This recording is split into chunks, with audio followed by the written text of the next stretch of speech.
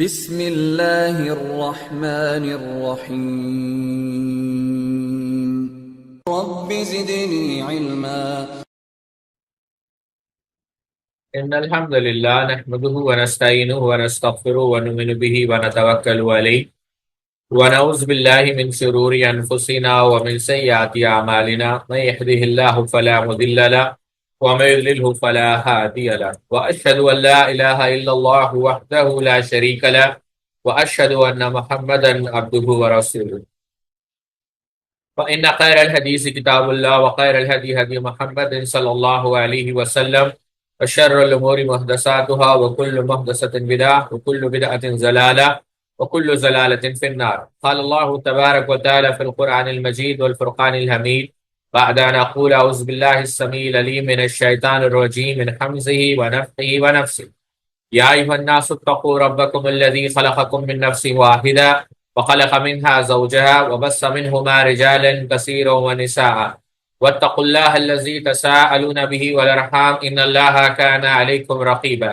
يا أيها الذين آمنوا اتقوا الله حق تقاته ولا تموتن إلا وأنتم مسلمون. يا أيها الذين آمنوا اتقوا الله وقولوا قولا سديدا يصلح لكم أعمالكم ويغفر لكم ذنوبكم ومن يطع الله ورسوله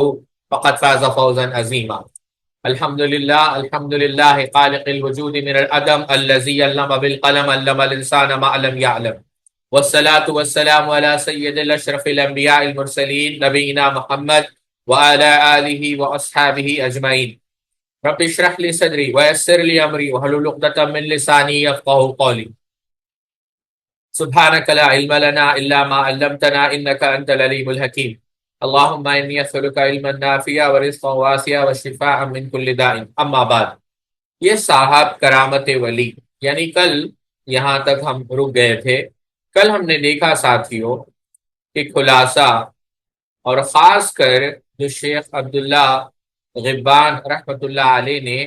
اپنا جو مقالہ ہے جو 2 جلدوں میں جامعہ اسلامیہ سے چھپا ہے اس کے مقدمے کے اندر یہ دعویٰ کیا اور اپنی کتاب کے اندر اس دعوے کو نہ ہی صرف دعویٰ کیا بلکہ اپنے دعوے پر متعدد دلائل براہن حوالہ جات کی جو ہے انبار انہوں نے لگا دیا اور یہ بات ثابت کی کہ سیدنا عثمان ابن عفان رضی اللہ تعالیٰ عنہ جو اللہ کے رسول صلی اللہ علیہ وسلم کے گواہی کے مطابق اہل جنت میں سے ہے، ان کے قتل میں نہ کوئی صحابی شامل تھے، نہ کسی صحابی نے خوارج کو اس طرح راغب کیا اور نہ کوئی صحابی ان کے قتل پر راضی تھے، بلکہ تمام صحابہ رضوان اللہ تعالی مجمعین نے اعلان برات کیا ان کے قتل سے، بلکہ بعض صحابہ تو ان کی جان کی حفاظت کرتے ہوئے ان کے دفاع میں شدید طور پر زخمی بھی ہو گئے۔ اور کیوں سیدنا عثمان ابن عفان رضی اللہ تعالیٰ عنہ نے اپنے دفاع سے روکا؟ کل ہم نے اختصار کے ساتھ وہ بھی جواب دیا کہ سیدنا عثمان ابن عفان رضی اللہ عنہ نہیں چاہتے تھے کہ کسی بھی صحابی کو نقصان پہنچے یا کوئی بھی قتل جو ہے یعنی کوئی بھی جو ہے شہید ہو، اور صحابہ اس وقت کثیر تعداد میں مدینہ میں نہیں تھے، وہ جہاد پر جائے ہوئے تھے، حج کا جو ہے ایام چل رہے تھے، اس وجہ سے اور بہت ساری وجوہات کی وجہ سے سیدنا عثمان ابن عفان رضی اللہ تعالی عنہ نے روکا اپنے دفاع سے اور وہ شہید ہو گئے،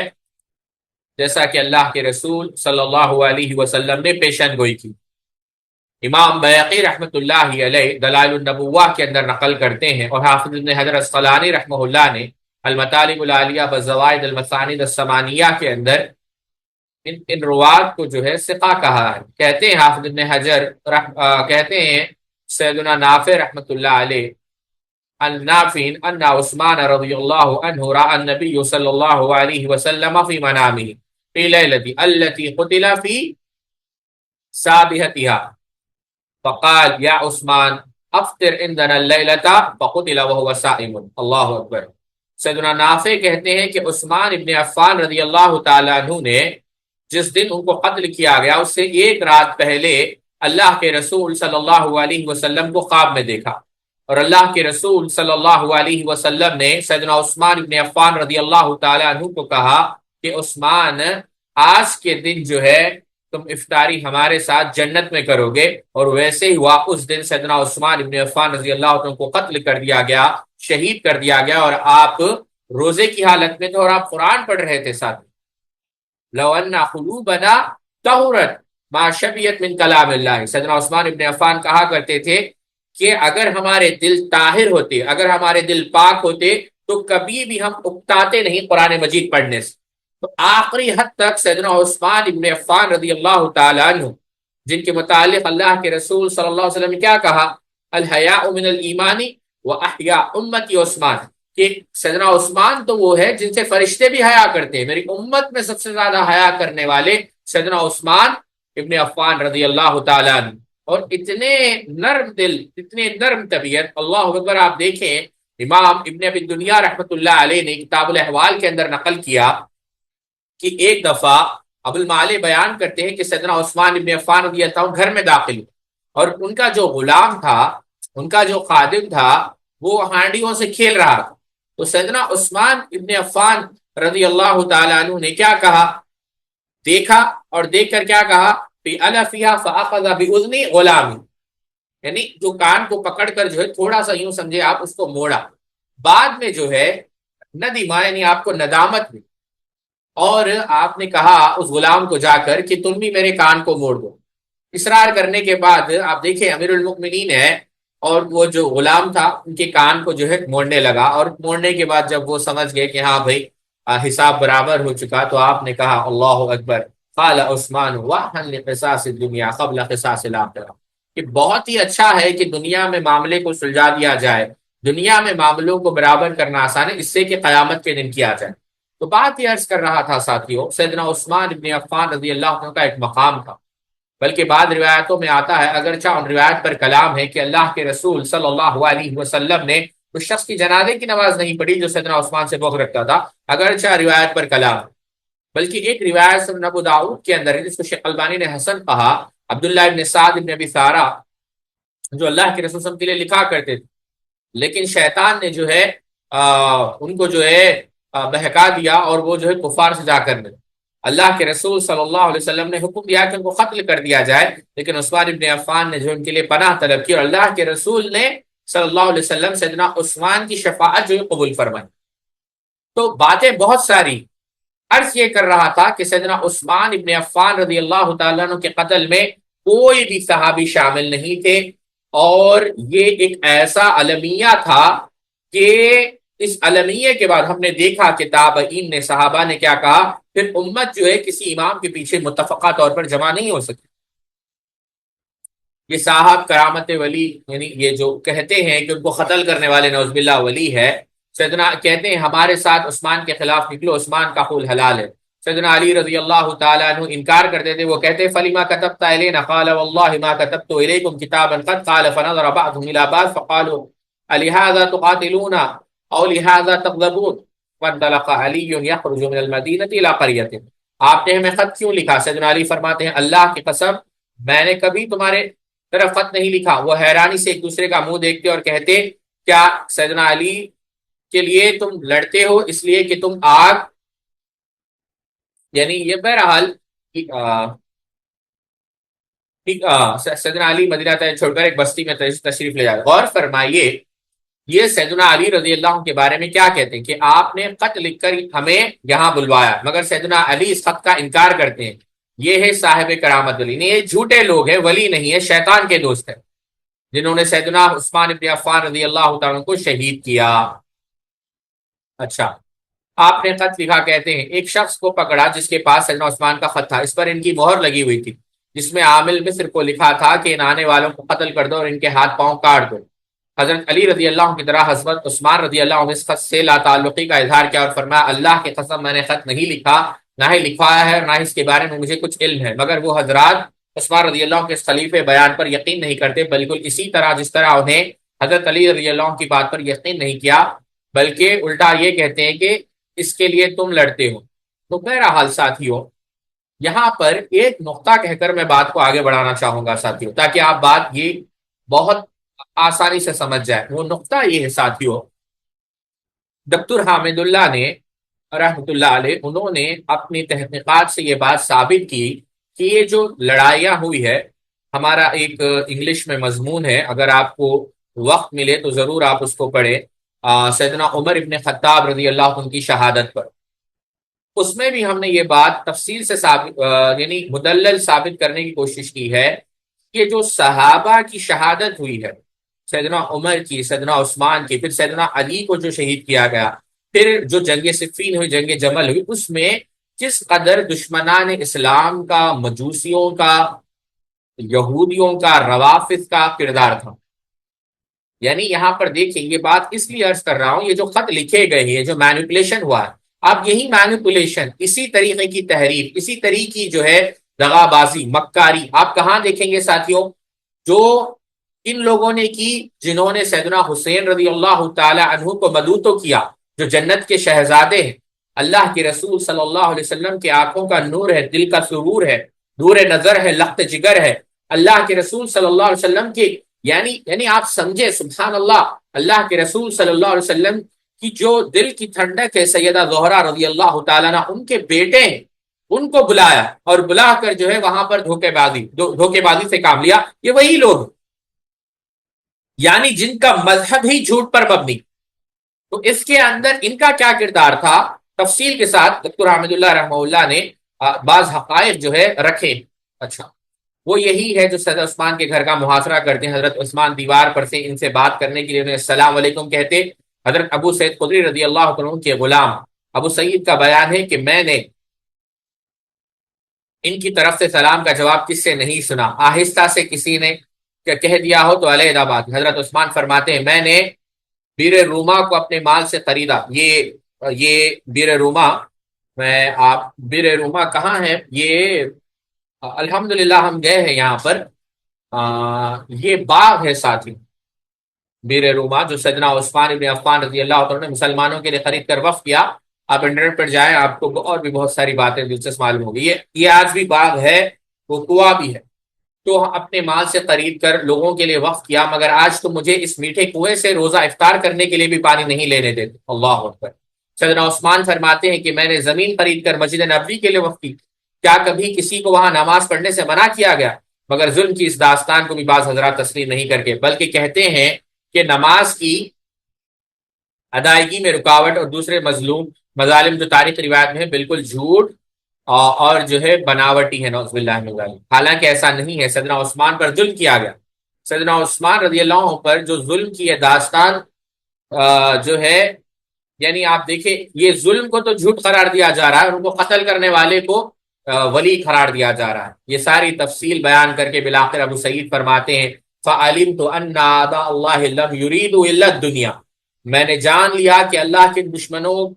صرف کیا چاہتے تھے، ان کی جو تمنا تھی وہ دنیا تھی۔ مسند اسحاق ابن رہوے میں یہی روایت حافظ ابن حجر نے مطالب العالیہ میں نقل کی اور فرمایا رجالہ ثقات سمع بعضهم من بعض، کہ اس کے سب راوی ثقہ ہے اور راویوں نے ایک دوسرے سے سنا ہے، یعنی سند متصل ہے۔ یہی بات علامہ بصیری نے بھی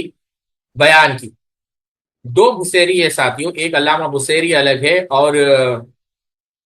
ایک جو بردہ والے ہیں وہ الگ۔ علامہ حیثمی رحمہ اللہ نے یہ روایت بحوالہ، تو بات یہ عرض کر رہا تھا، علامہ حیثمی نے یہ روایت بحوالہ بزار نقل کی اور فرمایا کہ اس کے سب راوی صحیح بخاری کے ہے، بہرحال یہ روایت پر کلام کیا۔ حضرت عثمان کی طرف سے یہ خط بھی جھوٹ کا پلندہ تھا، انہوں نے نہ لکھنے کا حکم دیا اور نہ ہی انہیں اس بارے میں کچھ علم تھا۔ ان کے الفاظ ہے، اگلے صفحے پہ جائیں۔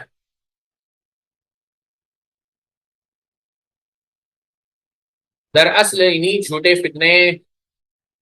پروروں نے،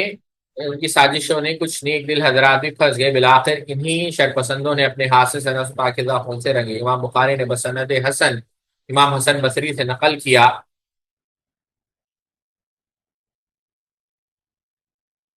کہ امیر المؤمنین عثمان ابن عفان 16 سنة لا ينكرون من إمارة شيئا حتى جاء فداهنا والله ما في امری اہل المدینہ۔ سیدنا عثمان ابن عفان رضی اللہ تعالیٰ عنہ نے 12 سال خلافت کی اور ان پر کسی نے بھی اعتراض نہیں کیا۔ پھر فاسق آئے، اللہ کی قسم اہل مدینہ نے کے بارے میں، یعنی پھر یہ جو ہے فاسق آئے، اور یہ کون ہے؟ شیخ الاسلام ابن تیمیہ رحمہ اللہ، خوارجو مفسدون فی الارض، یہی جو ہے فساد فی الارض کرنے والے۔ ابن عماد نے کہا یعنی یہی لوگ جو آئے تھے مصر سے۔ حضرت عبداللہ ابن عمر رضی اللہ تعالیٰ عنہ سے بسند صحیح ثابت ہے کہ انہوں نے فرمایا کہ لوگوں نے حضرت عثمان رضی اللہ عنہ پر جن باتوں کی بنا پر ایک لگایا، اگر وہی باتیں حضرت عمر کرتے تو وہ ان پر اعتراض نہ کرتے۔ اگلے صفحے پہ جائیں۔ حضرت عبداللہ بن عمر اور حضرت حسن بن بصری کی کیا بات ہے؟ اس حوالے سے تو رسول اللہ صلی اللہ علیہ وسلم نے وضاحت فرما دی۔ چنانچہ عبداللہ ابن مسعود سے روایت ہے کہ اللہ کے رسول صلی اللہ علیہ وسلم نے فرمایا، اسلام کی چکی 35 سال یا 36 سال یا 37 سال چلتی رہے، تدور رح الاسلامی علی رأس 35 او 36 او 37۔ کتب حدیث میں صحیح سند سے مروی ہے، شیخ البانی نے صحیح بھی کہا۔ اچھا،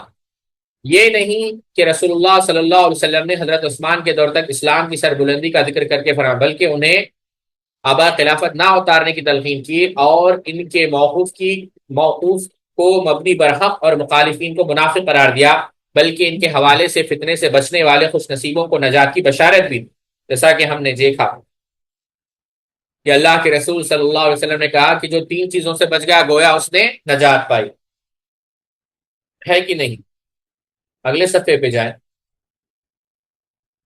آپ صلی اللہ علیہ وسلم کی موت، فتنہ دجال اور سیدنا عثمان بن عفان رضی اللہ عنہ کا خط۔ ظاہر ہے کہ اس میں حق پر قائم رہنے والے جس خلیفے کی طرف اشارہ ہے، اس سے سیدنا عثمان بن عفان مراد ہے، اور سیدنا محدثین اکرام نے اس حدیث کو آپ کے مناقب میں ذکر کیا ہے۔ اب آپ غور سے سنیں ساتھیوں، یہاں سے بات غور فرمائیے کہ آپ کو اللہ کے رسول صلی اللہ علیہ وسلم خلیفہ برحق قرار دیا، ٹھیک ہے، اور اس میں فتنے میں نہ رہنے والوں کو قابل بشارت دی کہ وہ نجات پا گئے۔ لیکن اس کے بالکل برعکس مورخین کیا کہتے ہیں کہ سیدنا عثمان بن عفان کی غلطیاں تھیں اور ان کو قتل کرنے والے ولی تھے، نعوذ باللہ من ذلک، اور آج بھی ایسے لوگ موجود ہیں۔ اور یہ کہا گیا کہ انصار نے جو ہے انہوں بقیع میں جو ہے دفن ہونے نہیں دیا۔ یہ کیا ہے؟ جھوٹ ہے ساتھوں، کبرت کلمۃ تخرج من افواہ۔ رہے وہ اعتراضات جو سیدنا عثمان پر عائد کیے تھے، ان تمام جوابات حضرت علی رضی اللہ عنہ دیے، جن کی تفصیل البدایہ میں دیکھی جا سکتی۔ اب غور سے سنیں شیخ کیا کہتے ہیں۔ مولانا مودودی نے خلافت و ملوکیت میں بھی ان اعتراضات کو نقل کیا۔ روافظ اور جماعت اسلامی سے وابستہ حضرات کے علاوہ ملک کے تمام مسالک سے وابستہ علماء اکرام نے ان کی اس تحقیق کا سے اختلاف کیا اور اس کے جواب میں متعدد کتابیں لکھی۔ اس خلافت و ملوکیت میں حضرت عثمان رضی اللہ عنہ پر اعتراض کا ذکر کرتے ہوئے کہا گیا ہے کہ ان کی شکایت میں سے اگر کوئی شکایت وزنی تھی تو صرف وہی جس کا اوپر ہم ذکر کر چکے ہیں۔ اب آپ دیکھیں خلافت و ملکیت میں یہ بات ہے، میں کیونکہ طلبہ یہ نہ سمجھے کہ محض ہوا میں باتیں ہو رہی ہے، چند باتیں جو سکینس کے ساتھ میرے پاس ہیں، اگر ہو سکے تو میں اس کو گروپ میں پہ ڈالوں گا۔ علامہ راشدی نے تفصیل سے جو اس کا جواب دیا، میں جو ابھی شیخ نے ذکر کیا اس پر تو ہم آئیں گے، لیکن آپ دیکھیں کہ کیا اعتراضات کیے گئے وہ بھی آپ دیکھیں۔ مثال کے طور پر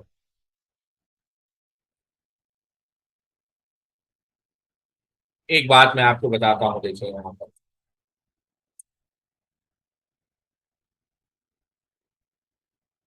یہ صفحہ نمبر ہے 28۔ اس پر مولانا مودودی نے لکھا ہے، حضرت عثمان جن پر اس کار عظیم کا بار رکھا گیا ان تمام خصوصیات کے حامل نہ تھے، ان تمام خصوصیات کے حامل نہ تھے۔ تجدید احیاء الدین صفحہ نمبر 28، جو ان کے جلیل القدر پیش رو کو عطا ہوئی تھی، اس لیے ان کے زمانے میں خلافت میں جاہلیت کو اسلامی نظام اجتماع کے اندر گھس آنے کا موقع مل گیا۔ یعنی ان کی خلافت میں جو اللہ کے رسول کے بقول خلافت راشدہ ہے، جاہلیت کو اسلامی نظام اجتماع کے اندر گھسانے کا موقع ملا۔ حضرت عثمان رضی اللہ تعالیٰ نے اپنا سر دے کر اس خطرے کا راستہ روکنے کی کوشش کی، مگر وہ نہ رک سکا، یعنی وہ ناکامیاب ہو گئے۔ اس کے بعد حضرت علی رضی اللہ عنہ آگے بڑھے، انہوں نے اسلام کی سیاسی اقتدار کو جاہلیت کے تسلط سے بچانے کی انتہائی کوشش کی، مگر ان کی جان کی قربانی بھی انقلاب معکوس کو نہ روک سکی۔ آخر کار خلافت علی منہج نبوہ کا دور ختم ہو گیا، بل ملک عزوز نے اس کی جگہ لی اور یعنی جو ہے بادشاہت آ گئی۔ ٹھیک ہے، ایک اور مقام پر لکھتے ہیں خلافت و ملوکیت میں، یہ تو تجدید الدین تھے، صفحہ نمبر 106 ہے، 106 ہے۔ جب حضرت عثمان رضی اللہ عنہ جانشین ہوئے تو رفتہ رفتہ وہ اس پالیسی سے ہٹتے چلے گئے۔ انہوں نے پے در پہ اپنے رشتہ داروں کو بڑے بڑے عہدے عطا کیے اور ان کے ساتھ دوسری ایسی رعایت کی جو عام طور پر لوگوں میں ہدف اعتراض بن کر رہے۔ یعنی سیدنا عثمان پارشیل تھے، ڈیزرونگ کینڈیڈیٹس کو انہوں نے پوزیشنز نہیں دیے، جس کی وجہ سے صحابہ نے جو ہے ان پر اعتراض کیا۔ This is what he is seeing.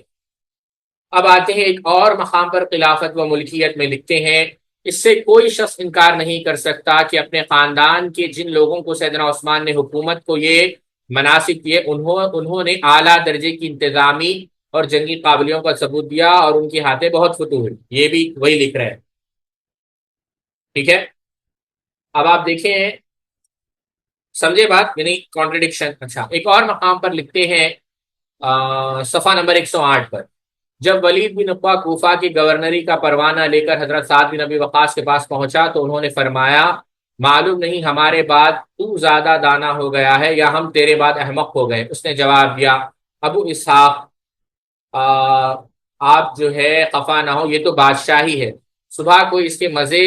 لوٹتا ہے تو شام کو۔ اور حضرت سعد نے کہا، میں سمجھتا ہوں واقعی تم لوگ اسے بادشاہی بنا کر چھوڑو گے۔ یعنی یہ خود نقل کیا ہے، حالانکہ اس میں اس واقعے کے اندر کوئی خاص بات نہیں ہے۔ پھر ایک مقام پر لکھا، حضرت عثمان نے اپنی حکومت کے آخری 6 سال میں اپنے رشتہ داروں اور خاندان کے لوگوں کو حکومت کے عہدے دیے اور مروان کے لیے مصر کا خمس یعنی افریقہ کی جو مال غنیمت ہے لکھ دیا اور اپنے رشتہ داروں کو مالی عطیے دے، اور اس معاملے میں یہ تعویل کی کہ وہ صلہ رحمی ہے جس کا اللہ نے حکم دیا۔ انہوں نے بیت المال سے روپے بھی لیا اور قرض سے رقمیں بھی لی اور کہا کہ ابوبکر و عمر نے اس مال میں اپنا حق چھوڑ دیا تھا، میں نے اسے لے کر اپنے اقربا میں تقسیم کیا۔ اس چیز کو لوگوں نے ناپسند کیا۔ اب یہ صحیح ہے یا غلط ہے وہ بات کی بات ہے، لیکن انہوں نے لکھا ہے صفحہ نمبر 326۔ ایک اور مقام پر انہوں نے لکھا ہے صفحہ نمبر 327، افریقہ میں عبداللہ بن سعد بن ابی سارہ نے وہاں کے بطریق سے 300 قنطار سونے پر مصلحت کی تھی۔ حضرت عثمان نے رقم الحکم مروان بن حکم کے باپ کے خاندان کو عطا کر دینے کا حکم دیا۔ اچھا، اور ایک مقام پر لکھا، حضرت عثمان خود ایک موقع پر ایک مجلس میں جہاں حضرت علی، حضرت سعد بن وقاص، حضرت زبیر، حضرت طلحہ اور حضرت معاویہ موجود تھے اور ان کے مالی عطا پر اعتراضات زیر بحث تھے، اپنے طرز عمل پر یہ تشریح فرمائی۔ پورے جو ہے انہوں نے نقل کیے۔ بہرحال ساتھیوں، دل میرا گوارا نہیں کرتا کہ میں اور بھی کروں، اگر آپ کو چاہیے تو آج بھی کتاب موجود ہے، آپ ڈاؤن لوڈ کر دیکھ لیں۔ لیکن خلاصہ کلام یہ ہے کہ جتنے جھوٹ مورخین نے جو ہے جمع کیے تھے، مولانا مودودی نے وہ پورے جھوٹوں کو ایک جگہ جمع کر دیا تاکہ شیعوں کو موقع مل جائے صحابہ پر اعتراض کرنے کا۔ یہ مختصر اس کا جواب ہے اور اس سے زیادہ کچھ کہنے کی ضرورت نہیں، کیونکہ اس وقت جو شیخ رشاد اللہ ازہری نے بات کہی کہ تمام علماء نے اس کا رد کیا، ساتھ تمام میں چند قابل ذکر علماء کا نام ذکر کرنا چند نام میں ذکر کرنا چاہوں گا۔ حافظ صلاح الدین یوسف رحمۃ اللہ علیہ نے رد لکھا اس کتاب کا، مولانا منظور نعمانی رحمۃ اللہ علیہ نے رد لکھا، اسی وقت شیخ الہند مولانا محمود حسن دیوبندی کے جو شاگرد تھے، شیخ العرب والعجم معروف مولانا حسین احمد مدنی رحمۃ اللہ علیہ، انہوں نے جو ان کا رد لکھا۔ پھر اسی طریقے سے مفتی تقی عثمانی نے ان کا رد لکھا، علامہ داؤد راز رحمۃ اللہ علیہ نے ان کا رد لکھا، مولانا شیخ الاسلام ابو الوفا ثناء اللہ امرتسری رحمۃ اللہ علیہ ان کا رد لکھا، علامہ گندالوی رحمۃ اللہ علیہ نے ان کا رد لکھا، مولانا عبداللہ روپڑی رحمۃ اللہ علیہ نے ان کا رد لکھا، شیخ الحدیث سرفراز خان صفدر دیوبندی نے ان کا رد لکھا،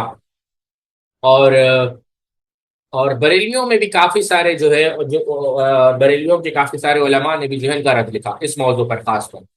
اچھا، شیخ کہتے ہیں حضرت عثمان رضی اللہ عنہ کے خلاف اس اقدام پر اہل مدینہ کی رائے کے حوالے سے بھی مولانا مودودی نے لکھا ہے، اس مقام پر کسی شخص کو یہ شبہ لائق نہیں ہو کہ اہل مدینہ ان لوگوں کے اس فعل پر راضی تھے۔ مدینہ والوں کے لیے تو انتہائی غیر متوقع حادثہ تھا جو بجلی کی طرح ان پر گرا، اور بعد میں وہ اس پر سخت نادم ہوئے کہ ہم نے بداخت میں اتنی تقصیر کیوں کی۔ اگلے صفحے پہ جائیں۔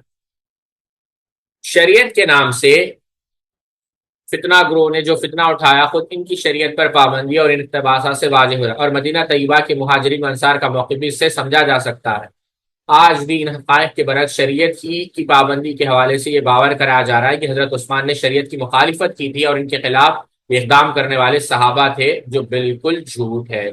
حضرت عثمان رضی اللہ عنہ کے خلاف الزامات و اعتراضات جو ان فتنہ پروروں نے اٹھائے تھے، حضرت علی رضی اللہ عنہ کے ان کی جواب دے کر حضرت عثمان کی بڑی صاف کر دی تھی، انہی اعتراضات کو دوبارہ اٹھانا اور اپنی چرب زبانی سے حضرت عثمان کو تان بنانا، کیا ان فتنہ پروروں کی حمایت نہیں؟ بالکل۔ اعتراضات کے جواب میں حضرت عثمان رضی اللہ عنہ کے موقف کی وضاحت حضرت علی رضی اللہ عنہ نے یا خود حضرت عثمان نے نہ بھی کی ہوتی، تب بھی رسول اللہ صلی اللہ علیہ وسلم کے فرمان کے بعد کسی سچے مسلمان کے لیے حضرت عثمان پر اعتراض کی گنجائش نہیں رہتی، جس میں آپ صلی اللہ علیہ وسلم نے فتنے کے دور میں حضرت عثمان رضی اللہ عنہ کو برحق قرار دیا۔ چنانچہ یعنی ہم نے یہ دیکھا ہے ھذا یومئذ علی الہدی، کہ اس دن وہ ہدایت پر ہوں گے اور ان کے ساتھ جو لوگ ہوں گے وہ بھی ہدایت پر ہوں گے۔ اگلے صفحے پہ جائیں۔ امام ترمذی نے ان روایتوں کو جو ہے صحیح قرار دیا، اور ایک اور روایت ہے حضرت ابو ہریرہ رضی اللہ تعالیٰ عنہ کی کہ اللہ کے رسول نے فطروں کا ذکر کیا تو ہمیں آپ کیا حکم فرماتے ہیں؟ تو آپ نے یہی ارشاد فرمایا علیکم بالامین واصحابی وهو یشیر الی عثمان۔ آپ جانتے ہیں یہ روایت بھی صحیح ہے۔ حضرت عثمان رضی اللہ عنہ کا دفاع۔ حضرت عثمان کے دفاع میں مولانا مودودی کے حوالے سے جو کچھ ہم نے نقل کیا اسے تاریخی روایت کہہ کر بے اصل قرار دینا بھی دراصل سیدنا عثمان سے بغض کی علامت ہے۔ حضرت علی رضی اللہ عنہ کو جا بلوائی جب حضرت عثمان سے ملے اور اپنی شکایت انہیں پیش کی اور حضرت عثمان نے انہیں مطمئن کر دیا تو وہ راضی اور مطمئن ہو کر واپس چلے گئے۔ حضرت ابو سعید خدری رضی اللہ عنہ کے غلام ابو سعید کی صحیح روایت، جس کا ہم ابن ابی شیبہ اور ابن حبان وغیرہ کے حوالے سے ذکر کر آئے ہیں، میں یہ تفصیل موجود ہے۔ اس کے بعد خط کی جو کہانی انہوں نے بنائی اور اس حوالے سے حضرت علی کو انہوں نے اپنا ہمنوا بنانا چاہا اور حضرت علی نے ان کی جس طرح تکذیب کی، اس کا ذکر ہم پہلے کر چکے ہیں۔ تاریخ خلیفہ ابن قیاد میں بھی صحیح سند کے ساتھ امام ابن سیرین سے حضرت علی اور بلوائیوں کی بہمی گفتگی اور 5 باتوں پر اتفاق کا ذکر موجود ہے،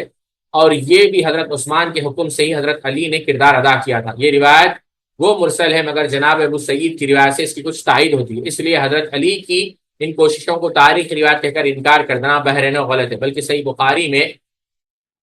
کتاب فرد القمص باب ما جاء فی درع النبی صلی اللہ علیہ وسلم میں ہے کہ حضرت علی کے لخت جگر حضرت محمد بن حنفیہ نے فرمایا لو کان علی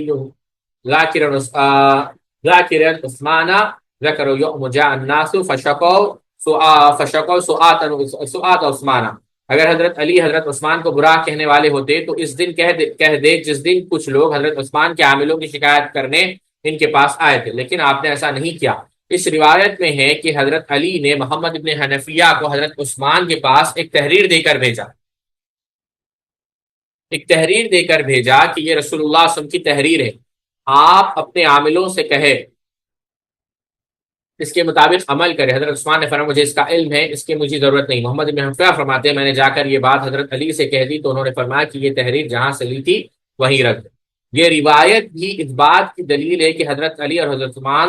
سے ناراض نہ تھے۔ حضرت عثمان کی کن کن عاملوں سے انہیں کیا شکایت تھی؟ حافظ ابن حجر نے بھی اس بارے میں عدم علم کا اظہار کیا اور نہ ہی یہ ذکر کیا کہ شکایت ان بلوائیوں کی تھی یا ان کے علاوہ کسی اور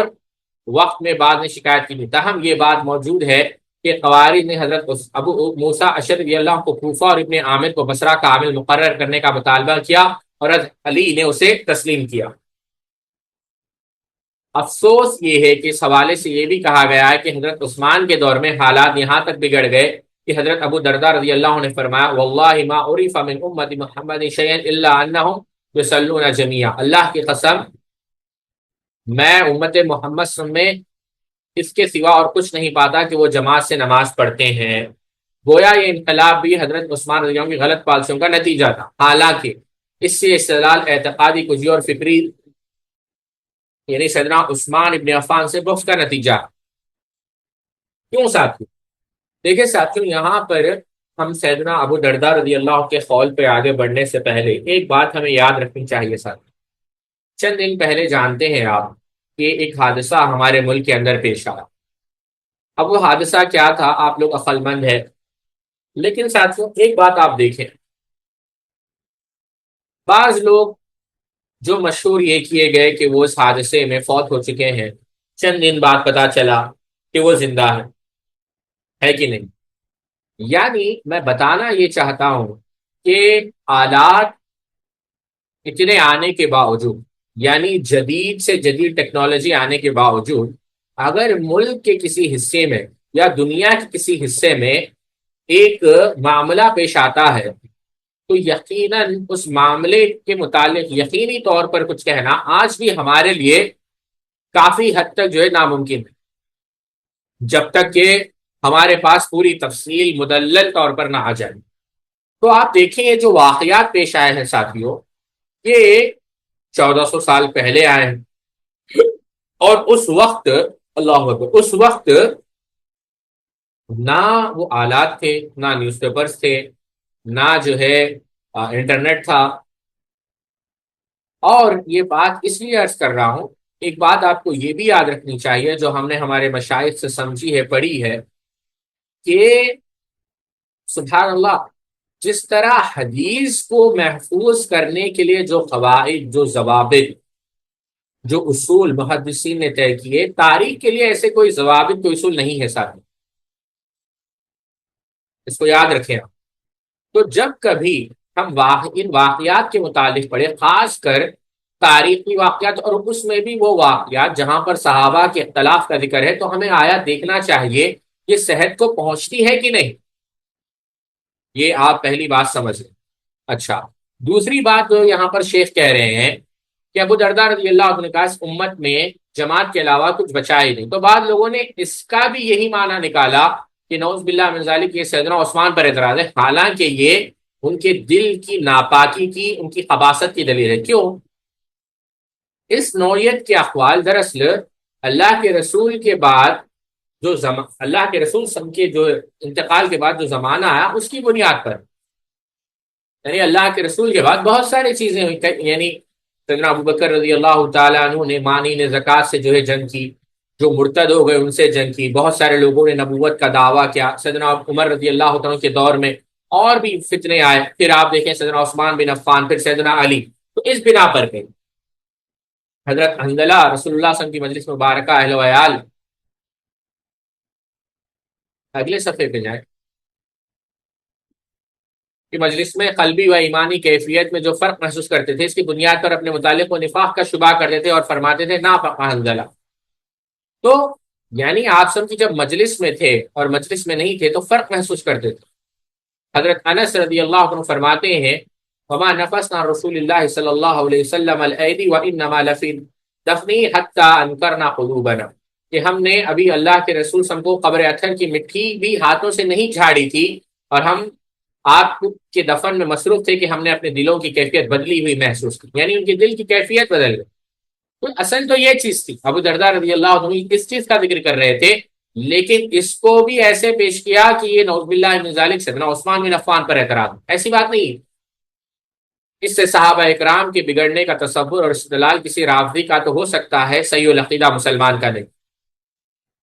حضرت عثمان رضی اللہ عنہ کا دور یقیناً وہ نہ تھا جو حضرت ابو بکر و عمر کا تھا، اس طرح حضرت علی کا دور حضرت عثمان کے دور سے مختلف تھا، لیکن اس کا یہ مقصد قطعاً نہیں کہ یہ سب کچھ حضرت عثمان اور حضرت علی کی پالیسیوں کا نتیجہ تھا، بلکہ حضرت عبداللہ بن عمر اور حضرت حسن بصری نے تو حضرت عثمان کے دور کی جو یعنی نقش کھینچا ہے، جو عکاسی کی ہے، اس کے باوجود ذکر پہلے گزر چکا ہے۔ البتہ بنو امیہ کے دور میں یزید، حجاج، اس کے ہمنوا کا کردار بہرحال بہت مختلف تھا، لیکن اس کی ذمہ داری انہی پر ہے۔ حضرت عثمان جو ہے اس کے ذمہ دار قطعاً نہیں۔ حافظ ابن حجر اسقلانی رحمۃ اللہ علیہ نے بھی، اگلے صفحے پہ جائے، اپنی کتاب فتح الباری میں لکھا ہے حضرت ابو درداء کا مقصد یہ ہے کہ لوگوں کے اعمال میں نقص اور تبدیلی پیدا ہو گئی تھی، سوائے با جماعت نماز پڑھنے کے یہ